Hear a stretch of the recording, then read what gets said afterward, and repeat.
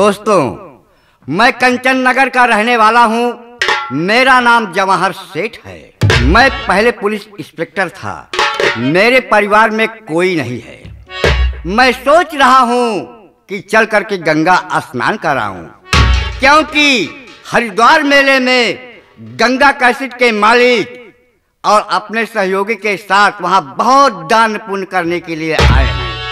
मैं ये सोच रहा हूँ कि अपने नौकर को साथ लेकर के मैं भी गंगा स्नान कराऊं और उनका उत्सव भी देखाऊं। बेटा राम सेवक। हाँ सर जी। बेटा इधर आओ। आ रहा हूं सर जी।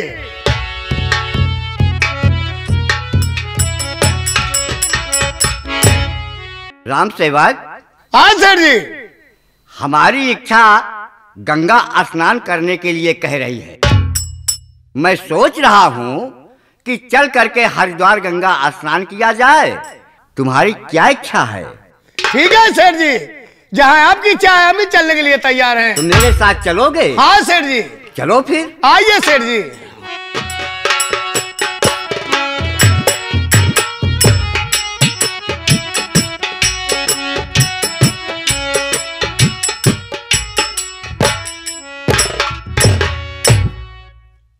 राम सेवक। हाँ सर जी। हम तो गंगा के किनारे आ चुके हैं। लेकिन राम सेवक, हाँ? भीड़ के आगे वो देखो गट्ठर में क्या बहा जा रहा है। हाँ सर जी, वो देखो लाश है सर जी। लाश है? हाँ, पानी में दिखाई पड़ा सर जी। अरे राम सेवक, किसी का प्राण बचाना आज उत्तम होता है। बेटा बैग को धर दो किनारे। आओ आओ चल करके देखा जाए। आओ बेटा, आओ आओ जल्दी आओ बेटा।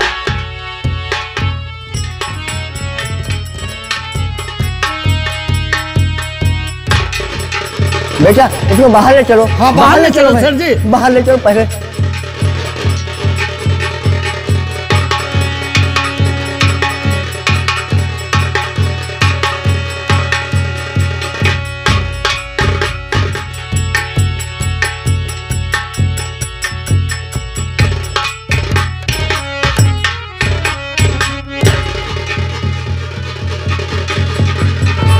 बेटा राम सेवक, इसकी सांसें चल रही हैं। पहले इसके पेट का पानी निकालो बेटा।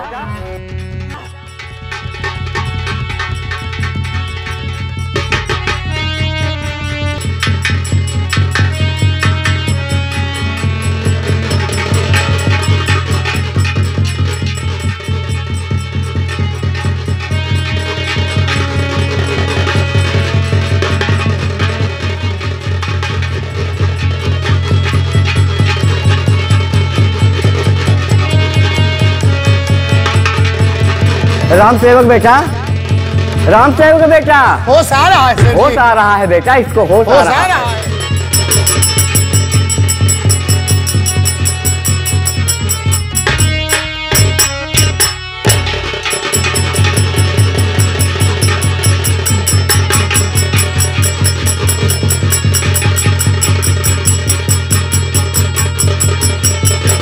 राम सेवक पकड़ो पकड़ो बेटा।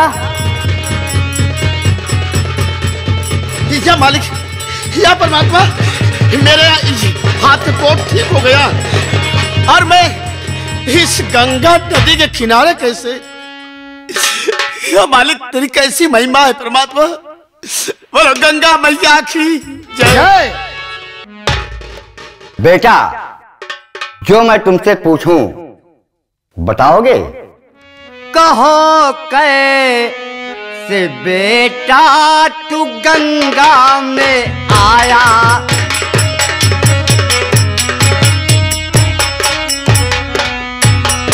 गंगा में आया तू गंगा में आया। कहो कैसे बेटा तू गंगा में आया।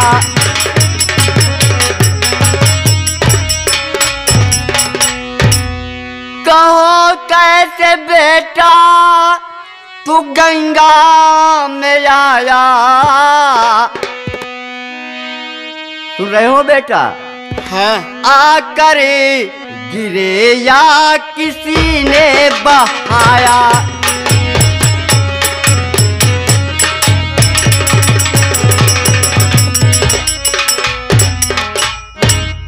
बेटा, गंगा में आकर तुम खुद गिरे या किसी ने बहाया है बेटा? सुनो बाबूजी मेरे गम का फसाना, सुनो बाबूजी मेरे गम का फसाना, नहीं दुनिया में बाबू कोई ठिकाना, सुनो बाबूजी मेरे।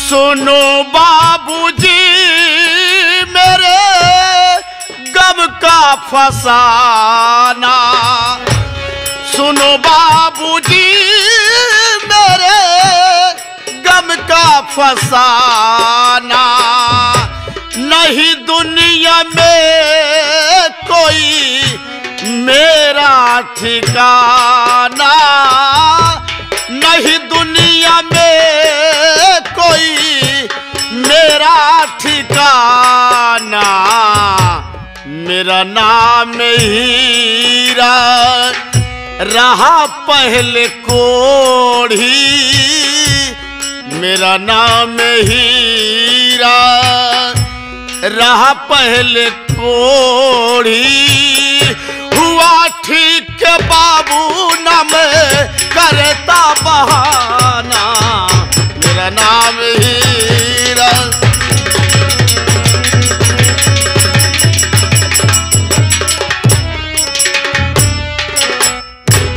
बाबूजी मेरा नाम हीरा है, इसके पहले मेरे दोनों हाथों में कोढ़ हुआ था। बाबूजी मेरा तो इस दुनिया में कोई नहीं है, कोई सहारा नहीं है बाबूजी। क्या बेटा, तुम्हारा इस दुनिया में कोई नहीं है?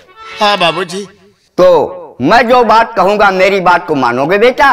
कहिए बाबूजी, आप क्या कहना चाहते हैं? बेटा, जब तुम्हारे पास कोई नहीं है तो तुम मेरे साथ मेरे घर चलो।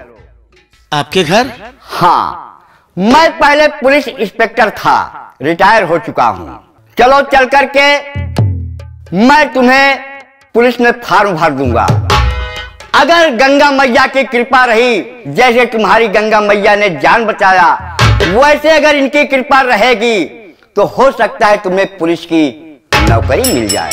ठीक है बाबूजी, मैं आपसे साथ चलने के लिए तैयार हूँ। चलो बेटा। मोरे अवधे बिहारी होगे पार, हे गंगा मैया धीरे बहो, मोरे अवधे बिहारी होगे पार, हे गंगा मैया धीरे बहो।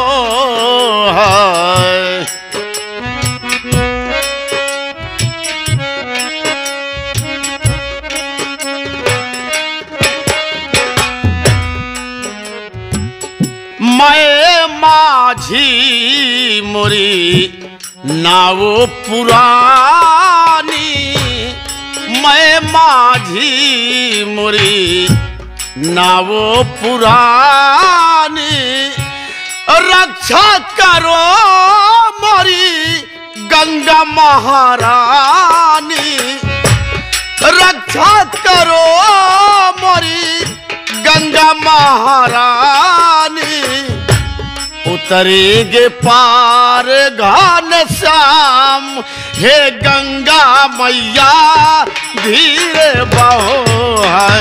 चलो राम चलो।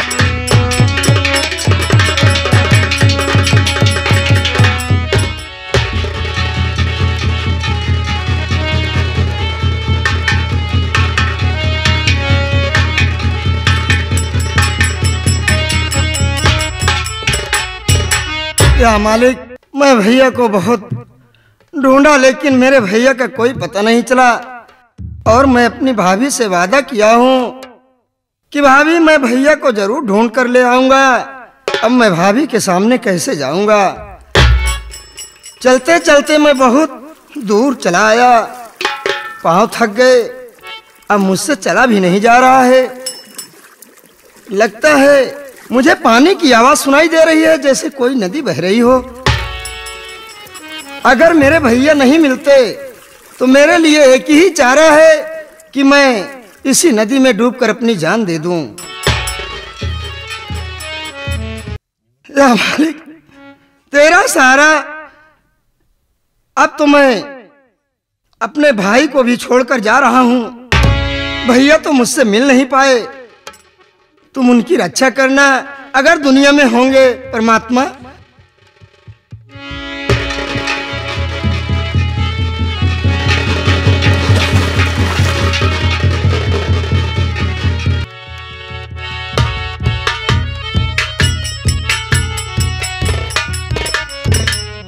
भैया बहन, देखिए आज शिवरात्रि के दिन है, मेरा मन तो ऐसा कर रहा कि चलो गंगा नहाए चले। क्यों नहीं बहन, चलना चाहिए बहन। चलो बहन। चलो।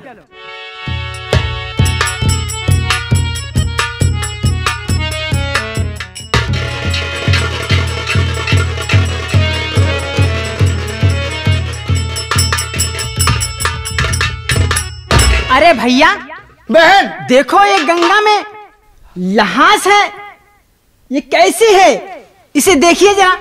हाँ बहन, बहन इसे पानी से बाहर करो बहन। हाँ, ठीक है। बहन, नदी से बाहर करो बहन।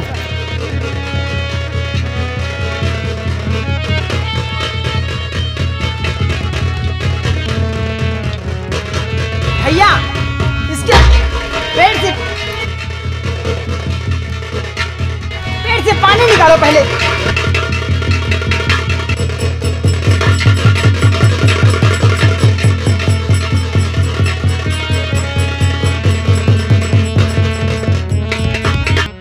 भैया, और तुमने मुझे क्यों बचा लिया?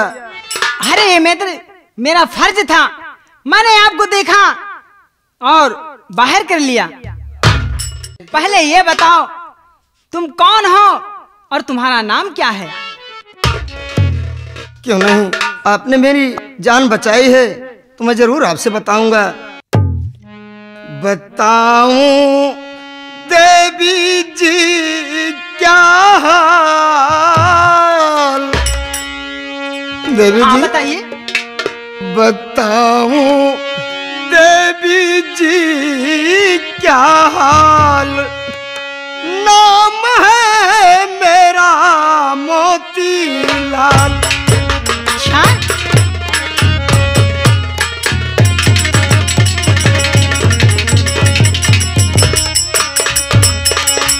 रहा आँख का अंधा देवी, सहा मुसीबत भारी,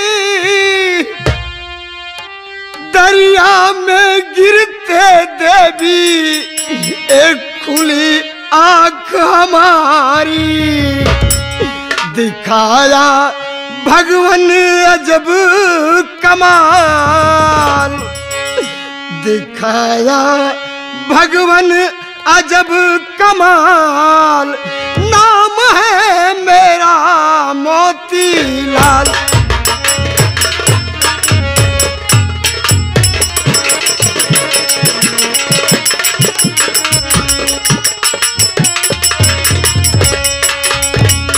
देवी जी, हाँ। मैं आंखों से अंधा था, अच्छा, इसीलिए तो मैं अपनी जान देने दरिया में कूदा था और मेरा नाम मोतीलाल है।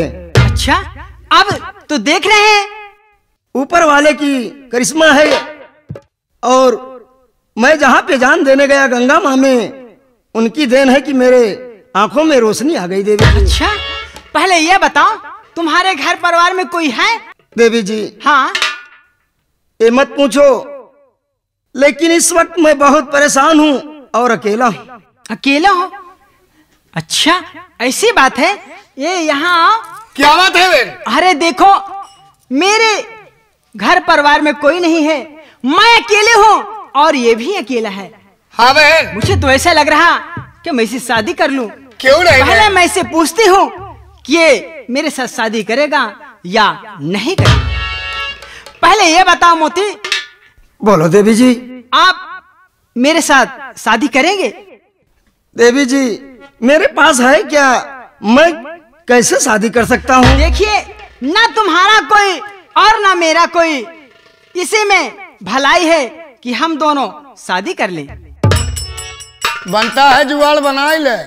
ये बताओ, ये तुम्हारी कौन है? बहन है। तुमको कहते हुए शर्म नहीं आती?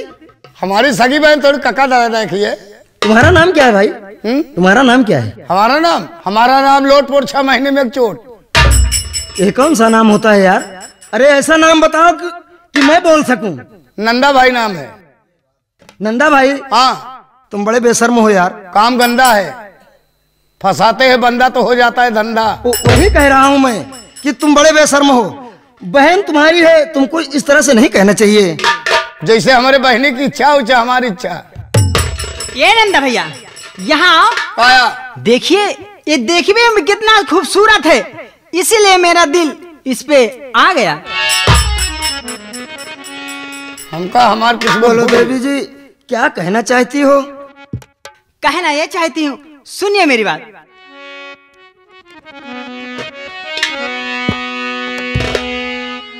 हरिया पनी दुल्हनिया बनाला। क्या बात है मोरे राजा, हरिया पनी दुल्हनिया बनाला, होता नी माना कहने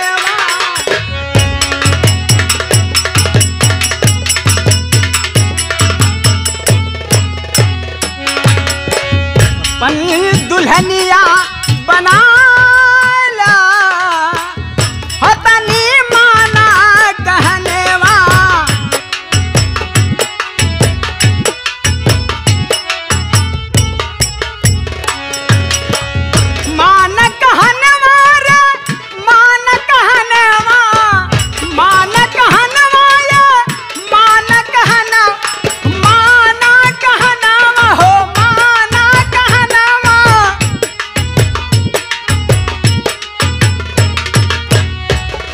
सिनेमा से अपने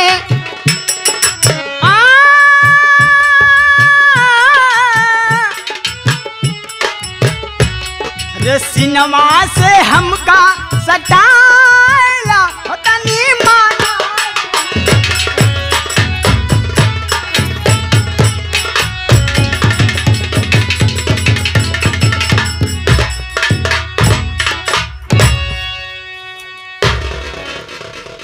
जीजा जी, हम चलता है बहनी हमरे कौनो तकलीफ दिया जी। अरे तो हमसे ठीक होए ना। मैं तो अभी कोई बात ही नहीं माना। तुम बात नहीं, अब वही अटकाए रहे नहीं। तुम्हारे बहन से शादी वादी करना है? नहीं, अब वही फंसाए रहे ना। अरे मैं फंसाया था यार। अब वही देखे नहीं। शादी नहीं करोगे? नहीं नहीं, सुनिए मेरी बात। शादी लेकर बियाह कर। और ये दिल आपका है, ये घर आपका है, और यहाँ से निकल के कहाँ जाइएगा, खुदा जानता है कि हम आपके हैं, खुदा जान।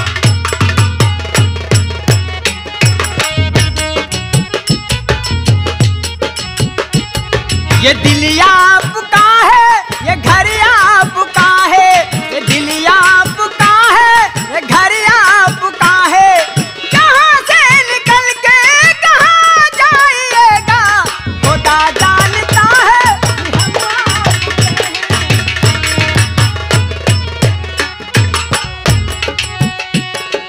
अभी तो सजी है सितारों की महफिल, अभी दिल है पहलू में मेरा,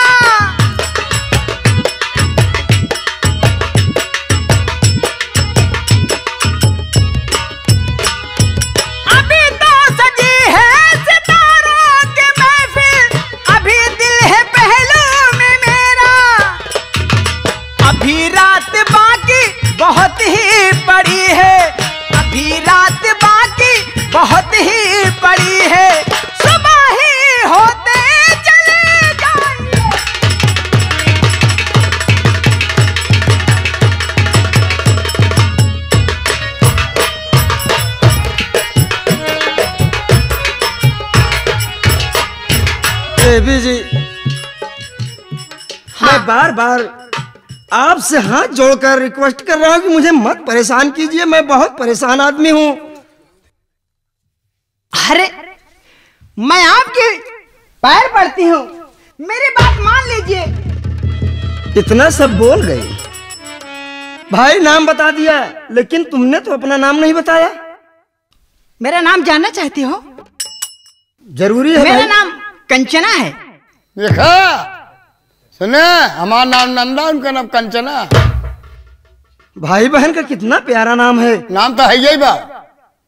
लेकिन देवी जी, हाँ, अगर तुम मुझे परेशान कर रही हो, तुम्हारा भी कोई नहीं सहारा है और मेरा भी नहीं सहारा है, हाँ। तो मैं तुमसे एक वादा करूंगा। क्या सा? अगर वो तुम्हें मंजूर है तो मैं तुम्हारे साथ शादी करने के लिए तैयार हूँ। अरे तुम्हारा हर वादे को मैं मंजूर करूंगी। देखो कहिए देवी तो। जी, मेरे भैया मुझसे बहुत दूर हो गए हैं। अच्छा, मैं अपने भैया का पता लगाऊंगा। हाँ। जिस दिन मेरे भैया मिल जाएंगे, मैं आपके पास खुद चलाऊंगा। ठीक है, ये मेरा वादा रहा। ठीक है, तो मैं चलता हूँ देवी जी। ठीक है। बहन अरे नंदा भैया, बहन, ये तो चले गए। हाँ मुझे विश्वास हो या न हो, हाँ, आए या न आए, मैं कैसे करूं? आएगा आएगा। आएंगे ना? हाँ। तो ठीक है, चलो मैं भी उनके इंतजार करती हूँ। चलो बहन। हर जहिया से चाल गईली और छोड़ के हम गए, हर जिंदगी भइला सुनिसानी हो। चाई चंदा लिया व खबरिया, चाई चंदा लिया व खबरिया, कैसा निबाड़े मोर जान हो चंदा।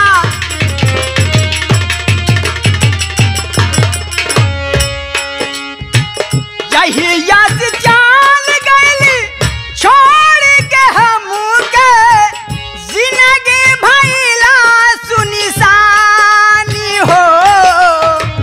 जाई चंदा लिया व खबरिया, जाई चंदा लिया व खबरिया, कैसा निबाड़े मोरी जान हो चंदा।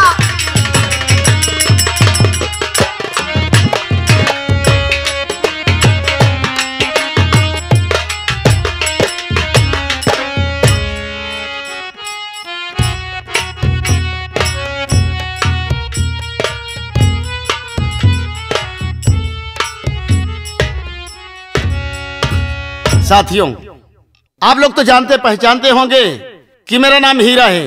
सेठ जी की आशीर्वाद से, परम पिता परमेश्वर की कृपा से आज मैं एक पुलिस इंस्पेक्टर के हैसियत से हो गया हूँ।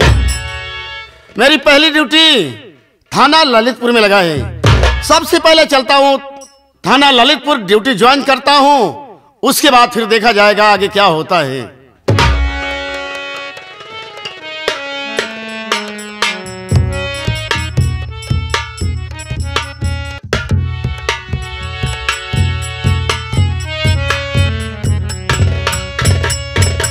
फूट गईले गागरा, बलाम गईले आगरा, बिसारी गईले ना हो, बिसारी गईले ना। फूट गईले दे आगरा, बिसारी गईले ना।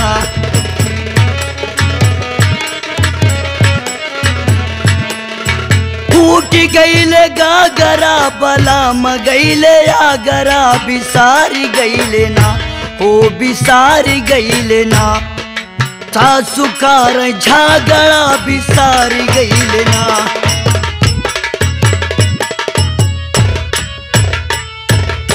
लाहुरी नदिया हमें रोज बोले बोली, लाग जल हमरे करे जवा में गोली। लाहुरी नदिया रोज बोले हमके बोली, लग जल हमरे करे जवा में गोली।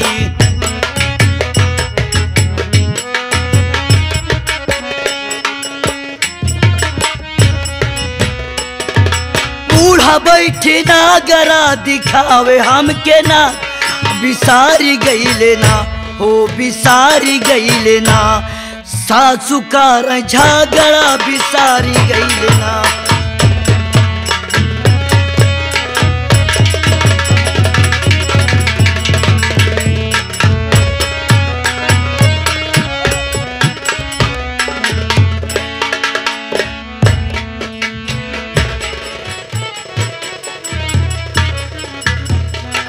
अरे आज इतना क्यों खुशी हो गई हो चांदनी? अरे स्वामी जी, आज मेरा व्रत पूरा हो चुका है। यानी आज तुम्हारा व्रत पूरा हो गया है? जी हाँ। तो आज भी हमारी सुहाग रात भी है। स्वामी जी, हाँ, सुहाग रात होगी तब एक काम करना होगा तुम्हें। कौन सा काम ऐसा है? ये जो जायदाद है ना, हाँ, आप मेरे नाम कर दीजिए सब। अरे पगलानिया, हमारे नाम तब तोहरे नाम और तोहरे नाम तब हमारे नाम। स्वामी जी, आपने नहीं समझा मेरी बात को। कहीं ऐसा न हो आप मर गए या मैं मर गई। अगर आप पहले मर जाएंगे तो समझ लो जमीन जायदाद मेरे नाम नहीं आएगी। हाँ, ये बात बा ठीक है। लेवा जितना यहाँ घूर घर खेत धान दौलत सब हम तोहरे नाम लिख दे। आप स्टाम्प पेपर मंगाइए, उस पे लिख दीजिए। ठीक है, मैं लाता हूँ स्टाम्प पेपर।